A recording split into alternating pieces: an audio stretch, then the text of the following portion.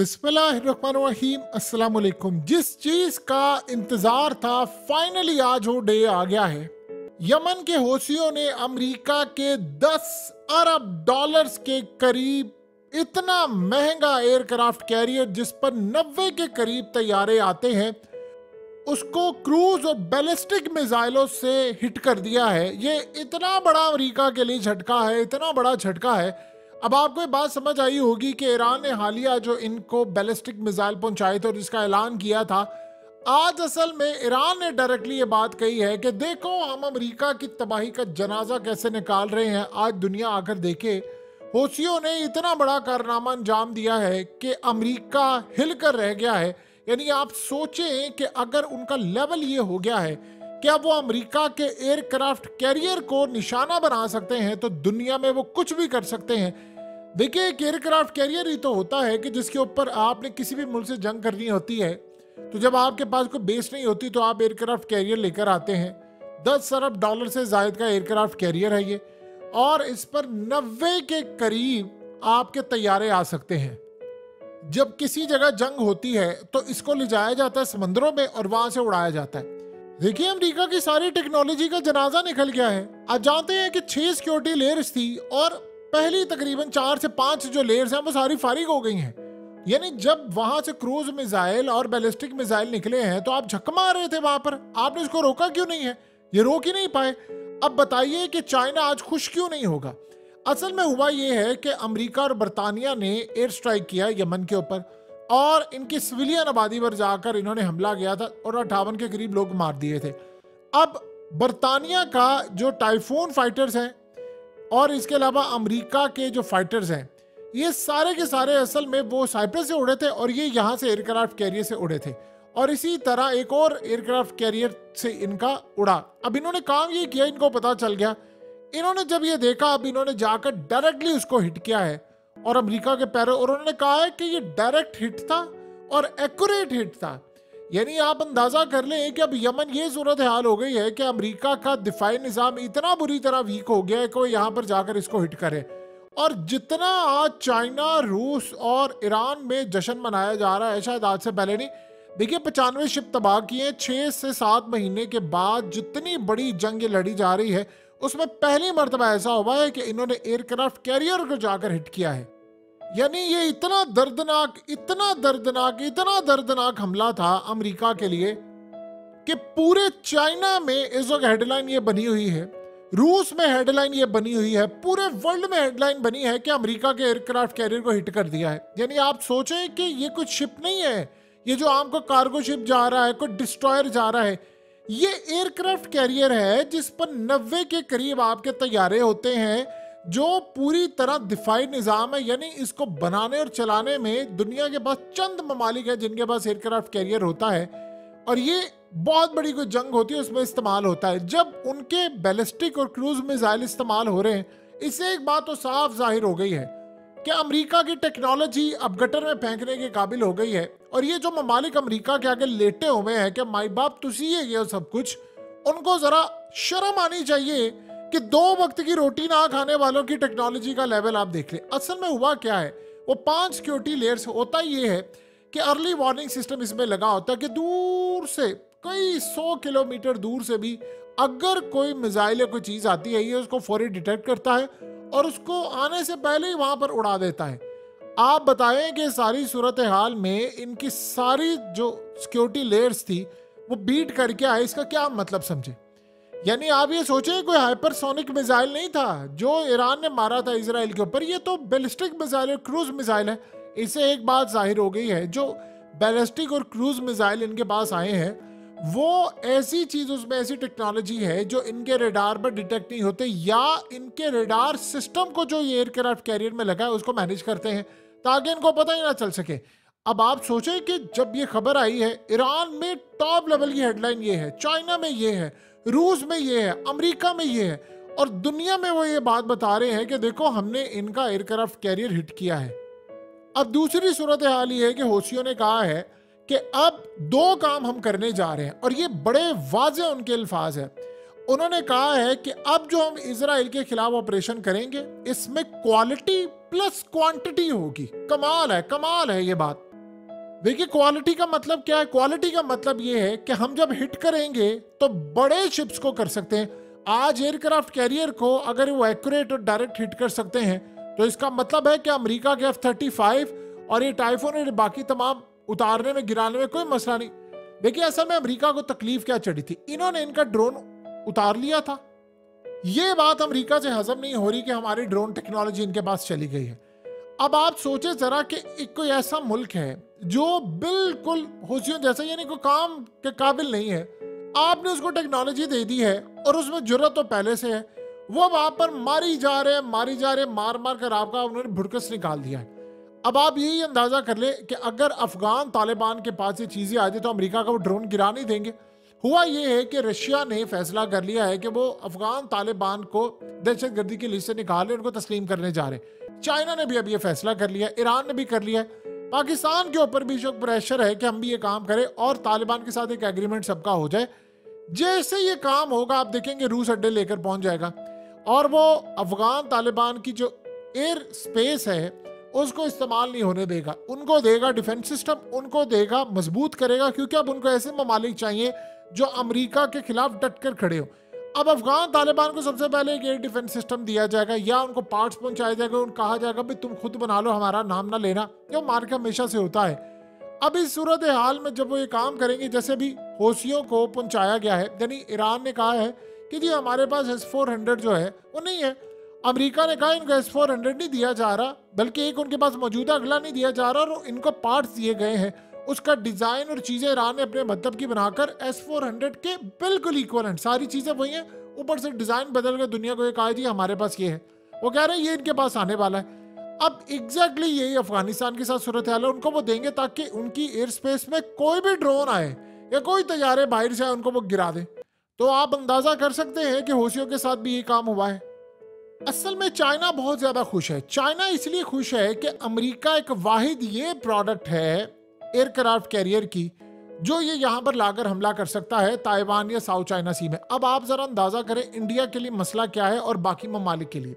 जितने भी ममालिक हैं जो अमेरिका के ऊपर रिलाय कर रहे हैं कि ये हमारा इत्तेहादी है, कभी जंग होगी लड़ाई होगी तो हमें बचाने के लिए आएगा या हमारे साथ मिलकर जंग लड़ेगा, वो देख रहे हैं कि यार ये हुसियों ने वो जिनके पास 2 वक्त की रोटी नहीं है उन्होंने इनके एयरक्राफ्ट कैरियर को हिट करना शुरू कर दिया। आप जानते हैं जब ये जंग शुरू हुई थी अमेरिका अपना एयरक्राफ्ट कैरियर भगाकर ले गया था यहाँ से, यानी ये मिडिल ईस्ट से बाहर ले गया था।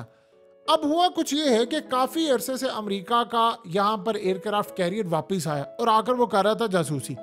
उनको अंदाजा ये हुआ और वो बिल्कुल ठीक थे इस मामले पर कि कोई भी हमला हमारे एयरक्राफ्ट कैरियर पर नहीं हुआ। अब उनको पता ये चला कि हौसियों के पास ऐसी टेक्नोलॉजी नहीं है जो ये हम पर हमला कर सकते हैं या कोई ऐसी सूरत हाल है दूर से कुछ कर सकते हैं, ना उनको पता चल रहा है, क्योंकि होता ये है कि रडार के ऊपर इनविजिबल हो जाता है।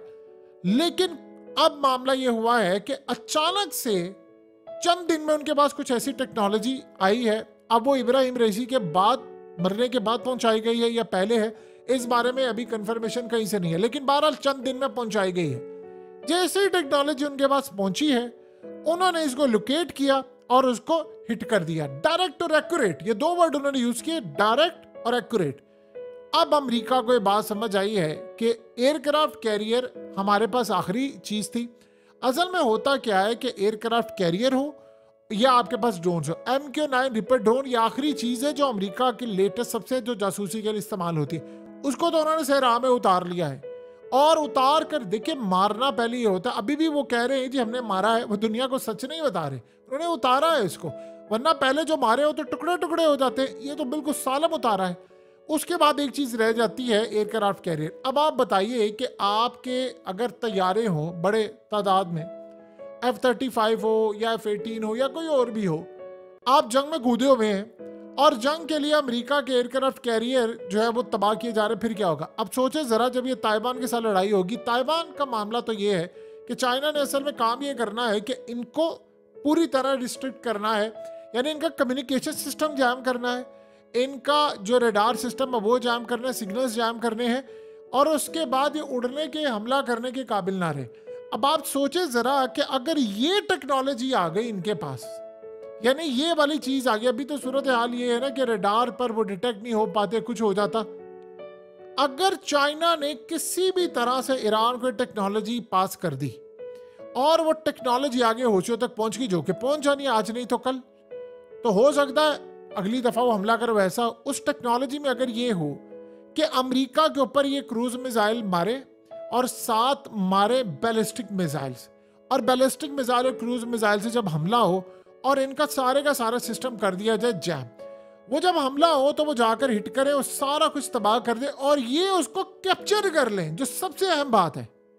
कैप्चर करने के बाद ये ले जाए अपने पोर्ट के ऊपर। आप बता दें अमेरिका जंग छेड़ेगा या क्या करेगा? अमेरिका के पैरों तले जमीन निकल जाएगी। आज आधी निकली है, कल परसों बाकी निकल जाएगी। एक चीज सिर्फ उनके पास इस वक्त कमी है जो रह जाएगी, जैसे ही वो हो गए तो उसके बाद आप देखिए उनका हाल क्या करेंगे। अब अमेरिका ने ऐसा काम तो करना नहीं कि इनके पास आकर हमले करें, वो पागल तो नहीं बैठे हुए। इस सारे सिनेरियो के अंदर अब अमेरिका को सबसे बड़ा डर है और इजराइल को भी ये बात का डर है कि अगर ये यहां तक पहुंच गए हैं तो रूस ने तो कहा था कि इनके पास हाइपरसोनिक मिसाइल है, तो वो उन्होंने अभी तक चलाए क्यों नहीं? वो इंतजार कर रहे हैं कि जैसे ये कोई मजीद कोई यानी बड़ी जंग छिड़ेगी तो वो यहां से हमला कर दे। अब तो वो हाइपरसोनिक मिसाइल अमेरिका का एयरक्राफ्ट कैरियर मुकम्मल तौर पर टुकड़े टुकड़े कर सकता है जितने भी हैं। उसकी सबसे बड़ी वजह यह है कि अमेरिका का तोड़ अगर उनके पास ये टेक्नोलॉजी अब मजीद आ गई कि आप अगले बंदे को पैरालाइज कर दें, यानी एक बंदा है उसको आप फालिज कर देते हैं और हमला ही नहीं कर सकता। इसी तरह आपका कम्युनिकेशन सिस्टम पूरी तरह जैम कर दिया जाता है, पैरालाइज कर दिया जाता है। आपने क्या हमला करना है? अब आप देखिएगा, आपको कहा था कि ये जो फेज 2 शुरू हुआ है, आपने एक चीज गौर नहीं की, इसराइल ने रफा ऑपरेशन तेज किया है, हमास ने हमले तेज कर दिए, हिजबुल्लाह ने हमले तेज कर दिए और यहां से भी इन पर हमले तेज हो गए। और इस सारी सूरत हाल में अब हौसियों ने जो काम शुरू किया है वो अब असल में वो टारगेट क्या करे, वो छोटे छोटे शिप को टारगेट नहीं करे। अब असल में सबसे बड़ा मसला ये है कि वो जो कंपनीज हैं बड़ी बड़ी, उन्होंने अमेरिका से गारंटी ली थी। ये एयरक्राफ्ट कैरियर असल में आया क्यों है? ये एयरक्राफ्ट कैरियर असल में आया ये है कि हौसियों ने कर दिए हमले तेज। हमले उन्होंने तेज किए तो कंपनी थी जो खास तौर पर अमेरिका की थी, इजराइल की थी और बरतानिया की, उन्होंने शिकायत की कि या तो हम ये ऑपरेशन अपने बंद कर देंगे या हमें प्रोटेक्शन चाहिए, दो काम होंगे। अमेरिका ने कहा कि ठीक है, मैं ये काम करता हूं कि मैं अपना एयरक्राफ्ट कैरियर लेकर आता हूं यहां पर और आप इस एयरक्राफ्ट कैरियर की मदद से अपने जहाज में चीजें ले जा सकते हैं। अब सोचे जरा कि आप एयरक्राफ्ट कैरियर को ही मार रहे हैं जो हिफाजत करने आया था। अगर उसी की हिफाजत नहीं हो पा रही तो बाकी क्या? 5 तरह की सिक्योरिटी लेयर्स बीट करके अगर डायरेक्ट और एक्यूरेट उन्होंने हिट किया है तो बताएं बाकी सूरत हाल क्या है? अब चाइना का हौसला मजीद बढ़ेगा। देखिए, ये काम चाइना नहीं कर पाया, ये समझिए बात, ये काम रूस भी नहीं कर पाया, ये काम दुनिया का कोई मुल्क नहीं कर पाया जो हौसियों ने कर दिया, इवन के ईरान भी नहीं कर पाया। जितना मर्जी हम कहते रहे कि ईरान की टेक्नोलॉजी है, आपको पता है इसके कॉन्सिक्वेंसेस भी होते हैं। जाहिर सी बात है, आपने किसी मुल्क के एयरक्राफ्ट कैरियर पर हमला किया है तो अगलों ने आपको जवाब देना है। अब कैसा जवाब आएगा ये तो देखने वाला मामला होगा। जाहिर सी बात है वो स्ट्राइक करने की कोशिश करेंगे क्योंकि अब आपने उनको शायरक से पकड़ लिया। लेकिन एक छोटी सी बात बताइए कि क्या इस सिनेरियो में वो चुप करके बैठेंगे? उनको पता है इन्होंने आपके शायरक को पकड़ा हुआ और फिर सिनेरियो क्या है। अब वो पूरी तरह तैयारी के आखिरी मराहिल में दाखिल हो चुके हैं। इजराइल के अखबारों में आज की जो हेडलाइन है वो ये नहीं है कि गजा के ऊपर ऑपरेशन किया, रफा के ऊपर ऑपरेशन किया, फलाने बंदे मार दिए, फलाने मार दिए।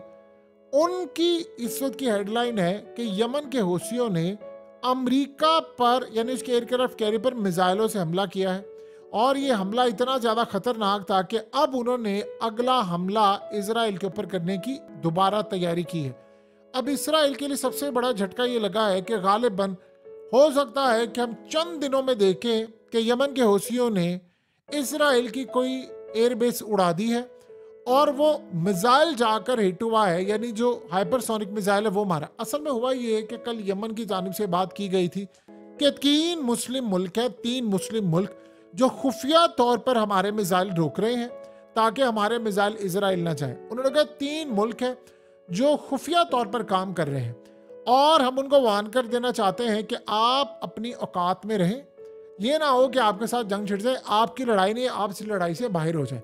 अब लगता ऐसा है कि अगर यमन के हौसियों ने हाइपरसोनिक मिसाइल मार दिया तो देखिए, हाइपरसोनिक मिसाइल तो मिडिल ईस्ट के अंदर कोई भी नहीं रोक सकता। ईरान का नहीं रोका, ये तो बात साफ जाहिर है। उसको तो ना इजराइल रोक सका, ना अमेरिका रोक सकता, ना कोई और, उसको तो रोक ही नहीं सकते। और बल्कि बात यह है कि जो हालिया रूस ने हमला किया था अमेरिका की पैट्रियट मिसाइल सिस्टम पर यूक्रेन में, वो भी हाइपरसोनिक मिसाइल था, तो ये तो रोक नहीं पाएंगे। तो यहां से बल्कि जिस मुस्लिम कंट्री उसकी एयर स्पेस को क्रॉस करता हुआ अगर वो वहां पर जाकर हिट कर गया, देन व्हाट नेक्स्ट, क्या होगा? देखिए ईरान वाला मामला डिफरेंट है। यमन के हौसी ईरानी नहीं है, वो चुप करके क्लेम भी करेंगे, धड़ल्ले से करेंगे, चुप भी रहेंगे, उछलेंगे भी, लाउडली कहेंगे, और इस सारे सिनेरियो में कहेंगे कि हम मजीद हमले करने के लिए तैयार है और जब तक ये जंग जारी है हम ये लड़ाई करते रहेंगे। तो आप बताएं, आप उनको रोक सकते हैं? अब उन्होंने अपने साथ ये लिंक क्या जोड़ दिया है? उन्होंने लिंक ये नहीं कहा कि शिप इजराइल के लिए फलाना, अब उन्होंने शर्त ये रख दी है कि जब तक इजराइल लड़ाई करता रहेगा तब तक हमले होते रहेंगे। और ईरान ने फैसला किया है कि जिस तरह प्रॉक्सीज अमेरिका और इजराइल की इस्तेमाल हो रही है, हम भी अब हौसियों के हाथ मजबूत करें, क्योंकि ये तो लड़ने मनने को तैयार है। अमेरिका ने वैसे पैगाम दिया था ईरान को कि आप इनको जरा मना ले उन्हें कि हम पर हमले ना करें। उन्होंने कहा जी आपके इजराइल कंट्रोल में है, आपके बकौल आप उनको असलाह हथियार और ये तमाम चीजें देते हैं और आप कहते हैं जी हमारे कंट्रोल में नहीं है, वो एक इंडिपेंडेंट मुल्क है। तो उन्होंने कहा जी हौसी तो ये यमन के जो है वो अपना इंडिपेंडेंट मुल्क रखते हैं, हमारा तो उसमें कोई नहीं, हाँ हमारे तहादी हैं बस, इससे ज्यादा कुछ नहीं है। अब उन्होंने भी इसी तरह बात की और ये through third world country Oman और कतर के थ्रू बातचीत हो रही थी। सो अब लड़ाई अमेरिका के लिए बड़ी मजेदार होगी, लेकिन सबसे ज्यादा मजा इस बात का आया है कि अमेरिका का जो तकब्बुर, क्या कमाल चीज है, जो उसका गुरूर पूरी तरह था, मेरा एयरक्राफ्ट कैरियर है, मैं इतने ये फलाना कर दूंगा, आज वो चूर चूर हो गया है।